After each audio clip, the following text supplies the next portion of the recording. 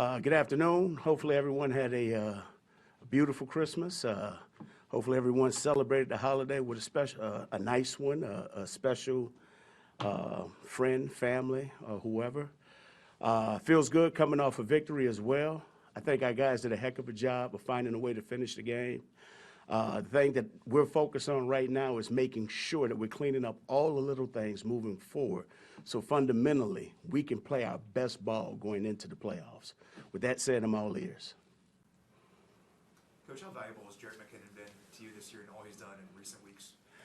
Jerick has been very valuable. Obviously, it's always good, especially, for Pat, when he's looking downfield to make that big play, and then if nothing's there, he has an opportunity to dump it off to Jerick.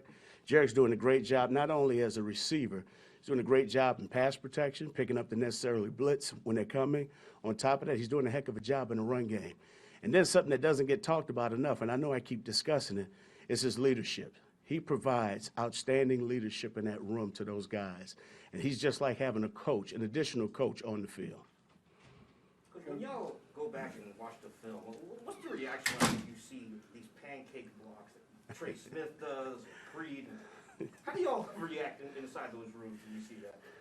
Well, I probably can't get too excited here right now and put it on full display, but I'm old school. Anytime you see something like that, you can't help but get excited. This game was created and played, that way a long time ago. And so when you see things like that taking place, you can't help but just get fired up and excited, and you're looking for the next one. I just think Trey has done a heck of a job. He plays hard, and he's always looking to find work. And, when you're putting that stuff on tape, it's making those other guys on the other side of the ball be very aware and making sure that they're staying on their toes. What are your expectations for Hardman, assuming he plays Sunday after he's missed so much time? The biggest thing with McCole is making sure that he's getting back in the groove.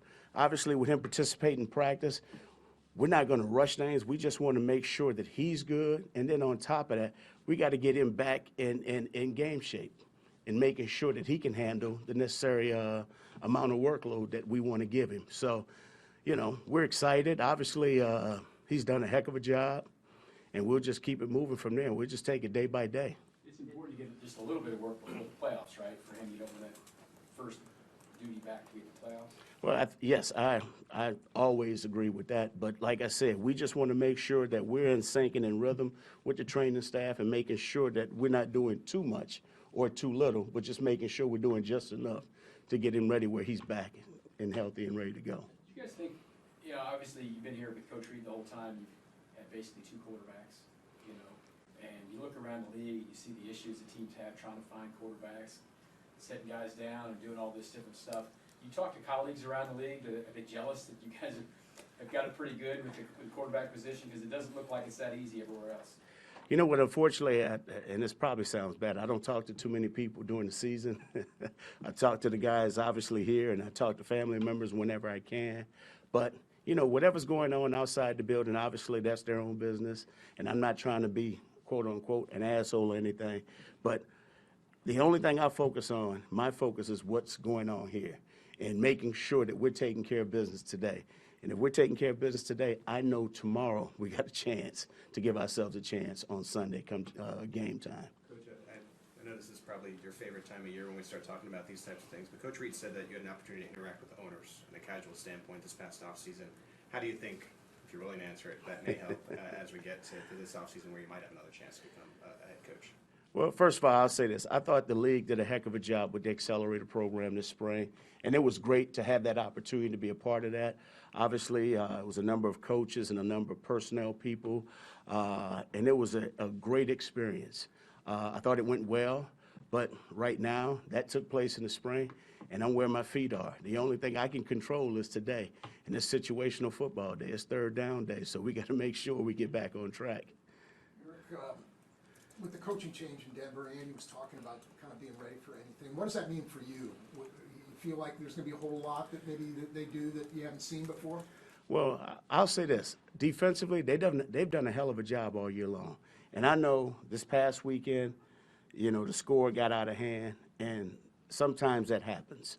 But I do know this. They have good personnel on that side of the ball. They've done an outstanding job of coaching those guys up. So we're not taking our foot off the pedal just because they had a mishap this particular weekend. Regardless of what is taking place, we got to make sure that we're ready. And like I said, there's a lot of things that we need to work on. We got to make sure we're getting back to playing fundamentally sound football and making sure that we're converting on third downs and making the most of opportunities when presented. So I'm counting on the Denver Broncos to come out and play hard and play fast and to compete their ass off against the Kansas City Chiefs. Coach, Andy Reid said that he wanted to see all three phases playing well before you guys reach the playoffs. Is there anything specific that you want to see out of the offense when it comes to execution or out of your receivers, anything?